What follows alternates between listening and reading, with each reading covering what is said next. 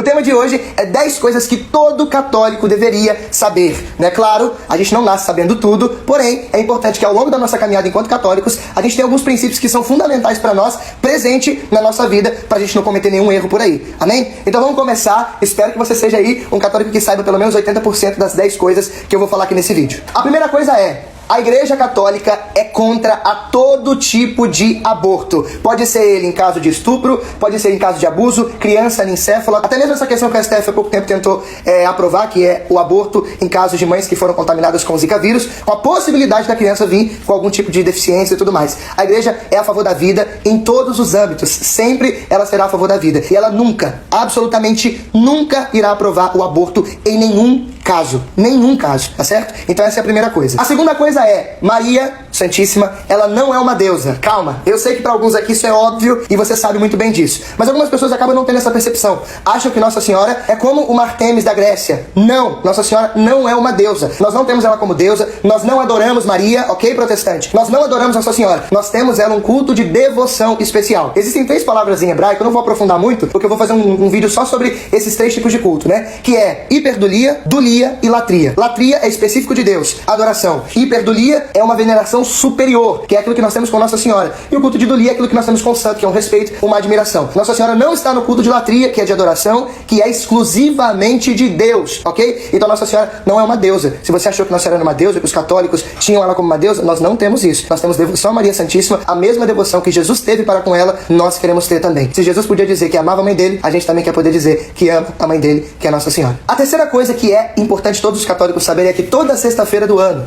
exclusivamente toda, é dia de abstinência de carne. Alguns acreditam que a única sexta que é obrigatória à igreja é a sexta-feira santa, e não é. Todas as sextas-feiras do ano são dia de abstinência de carne. É óbvio que se você for estudar certinho, e eu vou deixar um vídeo do Padre Paulo explicando isso na descrição, você sabe que as conferências episcopais, no nosso caso aqui no Brasil, a CNBB, elas foram liberadas para poder transferir a abstinência de carne para algum tipo de obra de caridade ou algum tipo de oração específica. Eu não vou aprofundar, vou deixar você assistir o vídeo do Padre Paulo, porque aqui são só as 10 coisas, não dá para aprofundar. Mas então grave isso no seu coração. Toda sexta é sexta de abstinência de carne. Quarta coisa, eu sei que também parece óbvio como a questão de Nossa Senhora, mas nem todos os católicos sabem disso. Quem não for na missa dominical não pode comungar no dia seguinte ou no domingo seguinte se não tiver se confessado. Nós sabemos que o terceiro mandamento é guardar domingos e festas. E quando nós deixamos de ir à Santa Missa, nós cometemos um pecado grave, um pecado mortal. E nós não podemos nos aproximar da Santa Eucaristia sem ter se confessado antes, tá bom? A quinta coisa é os 5 mandamentos da igreja. Os 5 mandamentos da igreja, você sabe muito bem, espero que saiba, é confessar-se ao menos uma vez por ano, comungar pelo menos a Páscoa do Senhor, guardar o domingo e os dias de festa, conforme ensina a Santa Igreja, ajudar a igreja em suas necessidades e jejuar e abster-se de carne, conforme também ensina a Santa Igreja de Cristo. Todo mundo tem que saber os 5 mandamentos da igreja, até porque você é católico, amém? Sexta coisa é: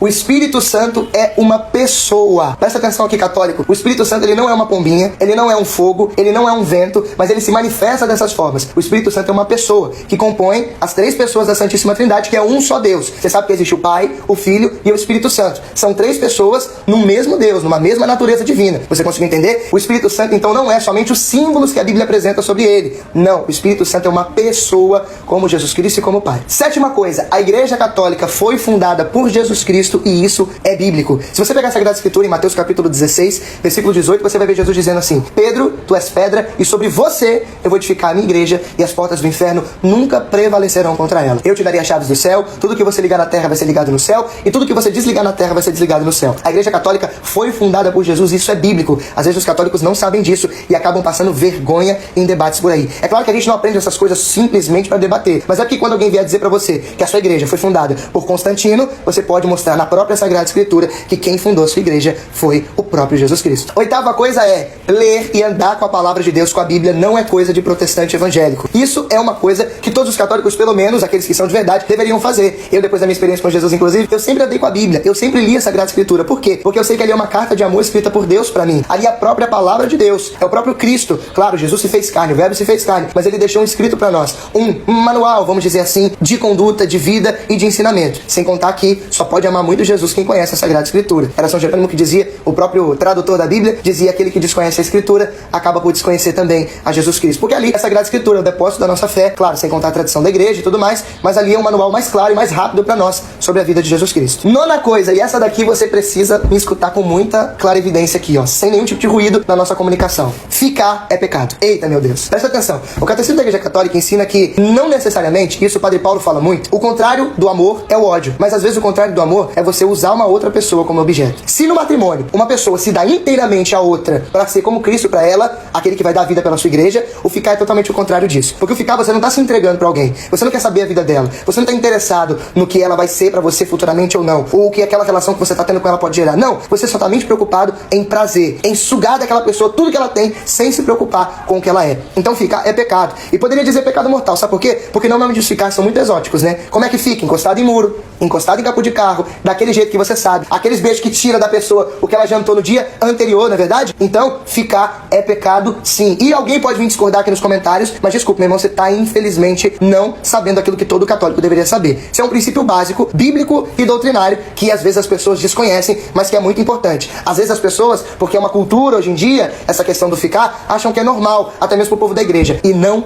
é. Quem é cristão não fica. Quem é cristão namora e constrói família. É isso que fazem aqueles que são cristãos de verdade, que são católicos de verdade. 10ª e última coisa que todo católico deveria saber é: dogmas não podem ser contestados. Dogmas precisam ser cridos. Você tá entendendo o que eu tô te falando? Quando o Papa, por exemplo, Pio IX, ele decreta o dogma da Assunção de Maria, você não pode mais contestar, católico. Não é mais uma percepção pra você. Não é uma revelação particular que você pode dizer: ah, mas foi aquilo pra aquela pessoa, pra aquele... Não, não. É uma coisa que é pra igreja inteira acreditar. Então, dogmas não podem ser contestados. Seja eles os dogmas marianos, os dogmas cristológicos, seja os dogmas dos anjos, os dogmas sobre as matérias principais da nossa fé, dogmas são incontestáveis.